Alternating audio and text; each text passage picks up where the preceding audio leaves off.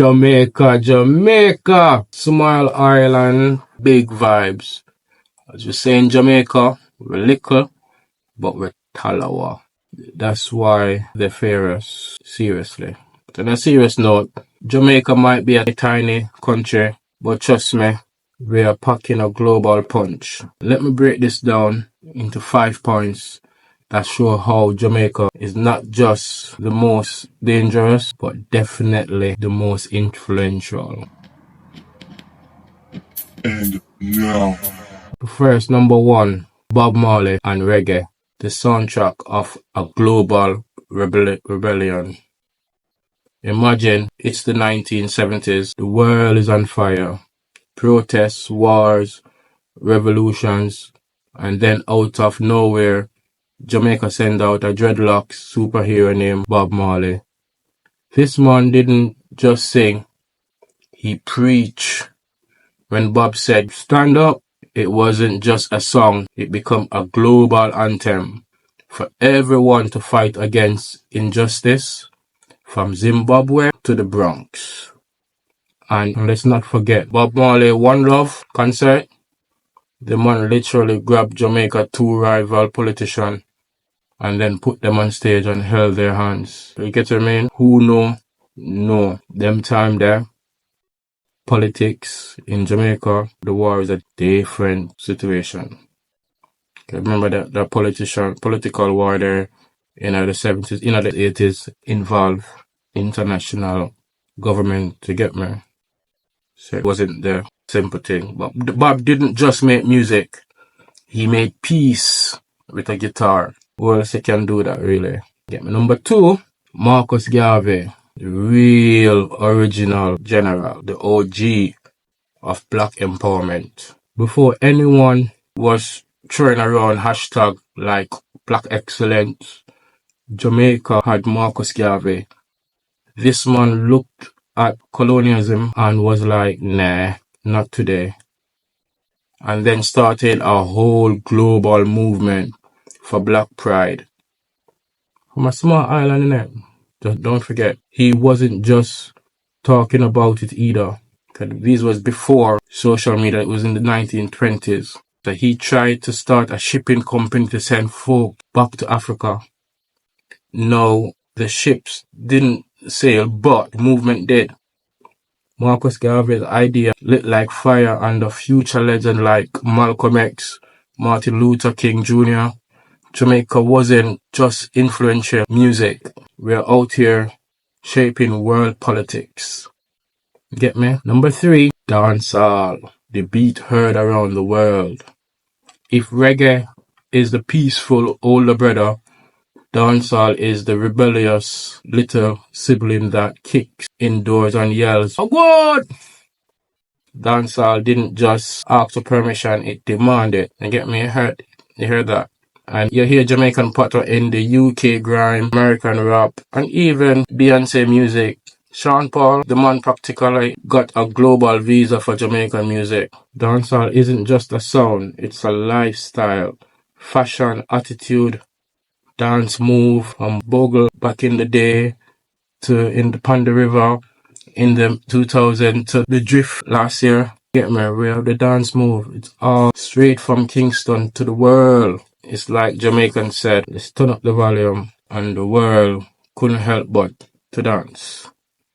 So number four is Usain Bolt, a bit of a new legend, but Usain Bolt, the Flash, but he's Jamaican. Now let's talk sports. So Usain Bolt didn't just win races, he turned them into spectacles. Get me? When Bolt stepped on the track, everyone wasn't asking who's gonna win. They were asking how much faster can this man go today. You get me? And then personality that comes with it is dancing. They get me striking the pose. They get me turn post-race interviews into comedy shows. Get me even be on the line, bigging up the little man on the side. You get what I mean? So he made sprinting fun. And we all know sprinting isn't fun. It's fun to pop a watch for a quick second and that's it, forget about sprinting. But he make sprinting fun, cool, and most importantly, make it Jamaican. Get my interest personality. So he's not just the fastest man on earth, But he at the time he was the coolest in sports. You get me? So every time you see the green, yellow, and black flag at the Olympics, just know Jamaica is here to dominate.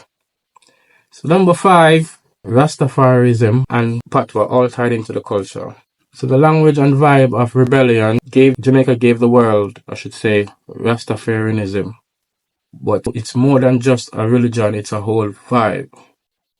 When you see those dreadlocks, you hear people quoting Haile Selassie, that's Jamaican spreading anti-colonialism and black empowerment like wildfire. And don't get me started on the patois, our language. Get what I mean?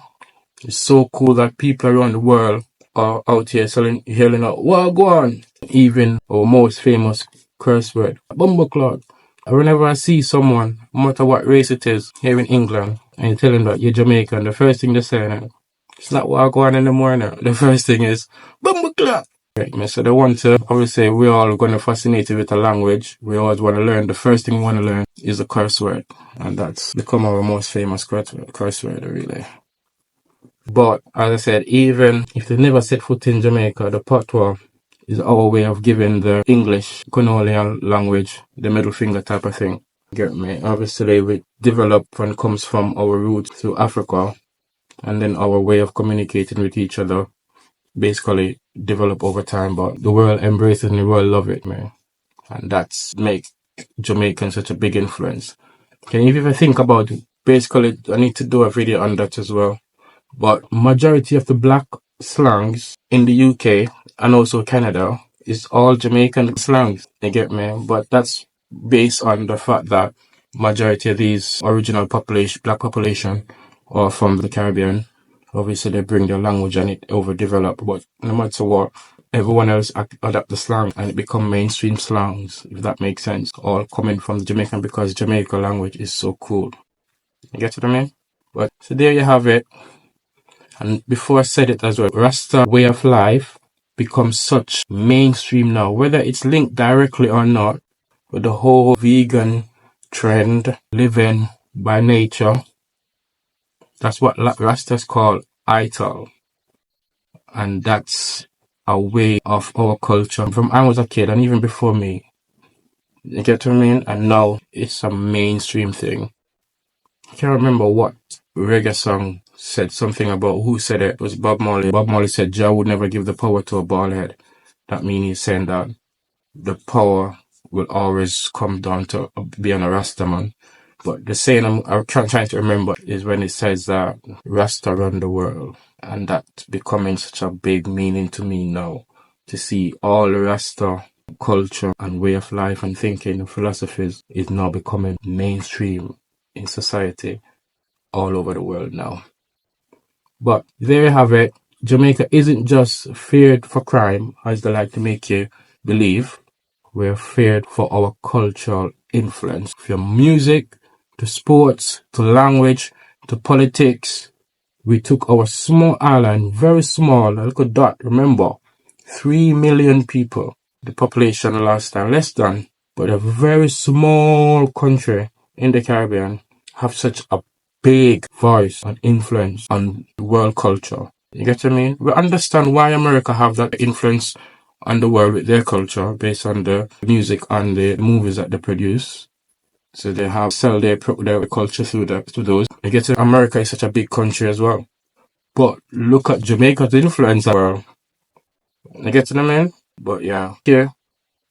And if you didn't know, no, you're small island, big vibes. Little, as I say, we're little, but we're talawa. Small, but we're very powerful. One love. Bless up.